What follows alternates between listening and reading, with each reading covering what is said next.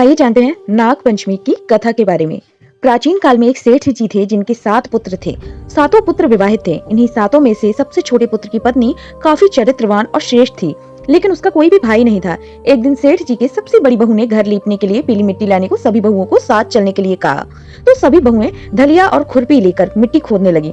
तभी वहां एक सांप निकला। जैसे ही बड़ी बहू ने देखा तो उसे खुरपी से मारने की कोशिश करने लगी।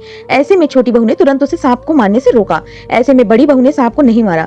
ऐसे में सांप उस स्थान से हटकर एक ओर जाकर बैठ गया। फिर छोटी बहू ने सांप से कहा, मैं अभी लौट कर आती हूँ, तुम यहाँ से कहीं मत जाना। यह कहकर वो सबके साथ मिट्टी लेकर घर चली गई, लेकिन घर के कामकाज के कारण सांप को दिया वादा वो भूल गई।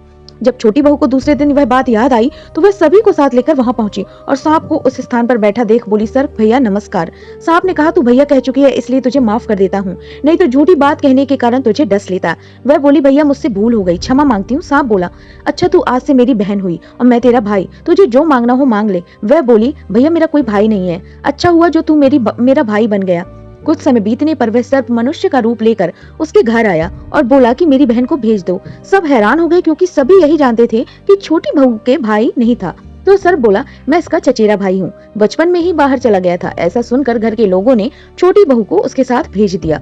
उसने मार्ग में बताया कि मैं वही सर्प हूँ, इसलिए तू डरना नहीं और जहाँ चलने में कठिनाई हो वहाँ मेरी पूंछ पकड़ लेना। छोटी बहू उसके कहे अनुसार उसके घर पहुँच गई। वहाँ के धन ऐश्वर्य को देखकर वह चकित हो गई।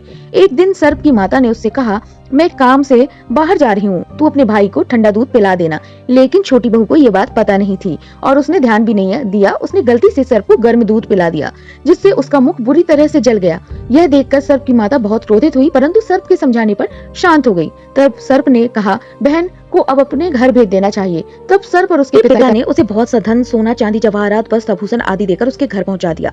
इतना ढेर सारा धन देखकर बड़ी बहू ने ईर्ष्या से कहा, तेरा भाई तो बड़ा धनवान है, तुझे तो उससे और भी धन लाना चाहिए। सर्प ने यह वचन सुना तो वह सब वस्तुएं सोने की लाकर दे दी।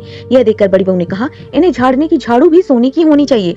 तब सर्प ने झाड़ू भी सोने की लाकर दे दी। सर्प ने छोटी बहू को हीरा मणियों का एक अद्भुत हार दिया था। उसकी प्रशंसा उस देश की रानी ने भी सुनी और वह राजा से बोली कि सेठ की छोटी बहू को हार यहाँ आना चाहिए। राजा ने मंत्री को हुक्म दिया कि उससे वह हार लेकर श्री को उपस्थित हो। मंत्री ने सेठ जी से जाकर कहा कि महारानी जी छोटी बहू का हार पहनेंगी, वह उससे मुझे लेकर दे दो। सेठ जी ने डर के कारण छोटी बहू से हार मांगकर दे दिया।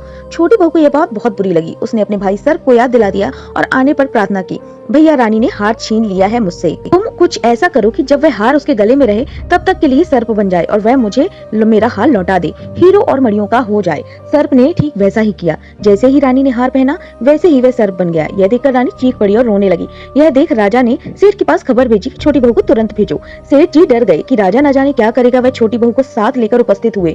राजा ने छोटी बहू से पूछा, तूने क्या जादू टोना किया है, मैं तुझे दंड दूंगा। और यहाँ पे रानी उनसे क्षमा मांगती है और बोलती है कि यह हार ऐसा है कि मेरे गलों में हीरो और मणियों का रहता है और दूसरे के गले में सर्प बन जाता है। यह सुनकर राजा ने वह सर्प बना हार उसे देकर कहा, अभी पहन कर दिखाओ। छोटी बहू ने जैसे ही उसे पहना वैसे ही वो हीरो मणियों का हो गया। यह देखकर राजा को विश्वास हो गया और उसने प्रसन्न होकर उसे ढेर सारी मुद्राएं पुरस्कार में दी। छोटी बहू जब घर लौट कर आई, उसके धन को देखकर बड़ी बहू ने ईर्ष्या के कारण उसके पति को सिखाया कि छोटी बहू के पास कहीं से धन आया है। यह सुनकर उसके पति ने अपनी पत्नी से पूछा कि सही बता, यह धन तुझे कौन देता है। तब उसने सर्प को याद किया। बहन को मुश्किल में फंसता देख उसी समय सर्प वहां प्रकट हुआ और कहने लगा, जो मेरी बहन के आचरण पर संदेह करेगा मैं उसे खा लूंगा। यह सुनकर छोटी बहू का पति प्रसन्न हो गया और उसने सर्प देवता का सत्कार किया। ऐसी मान्यता है कि उसी दिन से नाग पंचमी का त्योहार मनाया जाने लगा और स्त्रियां सर्प को भाई मानकर उसकी पूजा करती रहती हैं। तो आप सभी को नाग पंचमी की बहुत बहुत शुभकामनाएं। वीडियो को लाइक, शेयर, सब्सक्राइब करिएगा और मेरे चैनल पे कंटिन्यू बने रहिएगा।